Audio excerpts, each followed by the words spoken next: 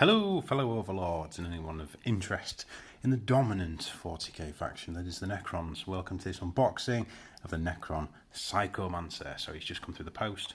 Let's crack him open and see what we've got, and then we're going to discuss his battlefield roles and what he's useful for. So funky looking model, isn't he? I love this aspect here. I love the fact it's also not in a clan pack. Nice little box. Let's open him up. Seems like he's got some really nice details on him and some really interesting aspects. So, there we go. And there we go, he's all built. So, I'll warn you now, whoever designed this model does not like us. It's it's a challenge. It's so challenging, guys. In fact, tomorrow I'm going to put up a time lapse of me actually building him because it's wow, no words for how difficult that is to build. So I'm going to put a video up tomorrow, hopefully that you'll be able to find useful if you're sort of struggling to build him and things like that. It's very, very challenging. I've built a lot of models, but without further ado, let's have a look at what this guy actually brings to your legions in game.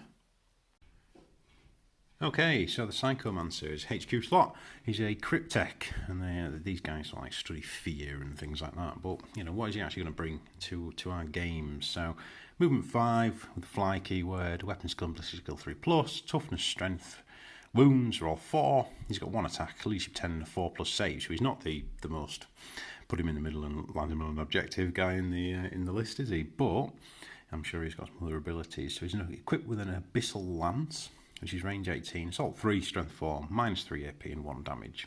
And same again, melee, he's strength user, so strength 4, -3, 1 damage. He's got living metals and has command protocols. He's dynastic advisor, which we've talked about that previously in other videos, and he's a harbinger of despair. So, in your morale phase, select a 1 enemy unit within 12 of the model and roll 3d6. If the result is greater than the enemy unit's leadership characteristic, select one of the results opposite to take effect until the start of your next morale phase.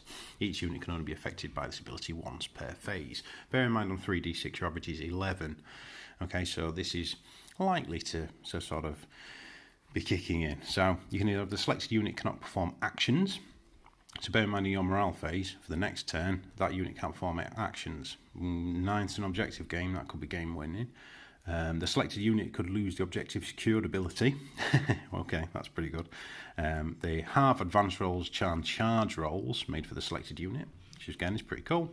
Or the selected unit cannot fire Overwatch or set to defend and is not eligible to fight in the fight phase until after all eligible units in your army have done so. So that could actually really swing the balance, couldn't it? Very situational, but he's a bit of a toolbox character, I think, there. He's also got the Nightmare Shroud aura. So any enemy unit within 6 inches of him, subtract 1 from their leadership characteristic of models in that unit, and subtract 1 from combat attrition tests. So I'm thinking this guy sort of floats around behind your harder stuff and just sort of like tips the balance of power, so to speak. One thing I did notice, if we look at the Cryptic Arcanum, the Atta Vindicator is Psychomancer only. Okay, at the end of your movement phase, select 1 enemy unit, excluding enemy vehicles, within 18 and roll 3d6. If the total is equal to or greater than the unit's leadership characteristic, it suffers d3 mortal wounds. Now, bear in mind again, your average is 11 on that roll. Mortal wounds are always good, and points-wise, it is 25 points, so it's, you know, it's a bit pointy, but I think it could be quite cool, particularly if you're lower in leaderships in the aura. So, yeah, he's a bit of a toolbox character. I think he's a very interesting model, let's put it that way, and a bit of a support piece. I'm sure my regular opponents will be happy to know that I will only be having 1 of these after building him, but we'll see. He could swing the game. I don't think he's an auto-include, but let me know your thoughts. Let me know what you think. Are you going to have a Psychomancer in your list? If you are, let me know. If you've spotted any other combinations, let me know. And as always, guys, wherever you are in the world, keep safe and happy hobbying.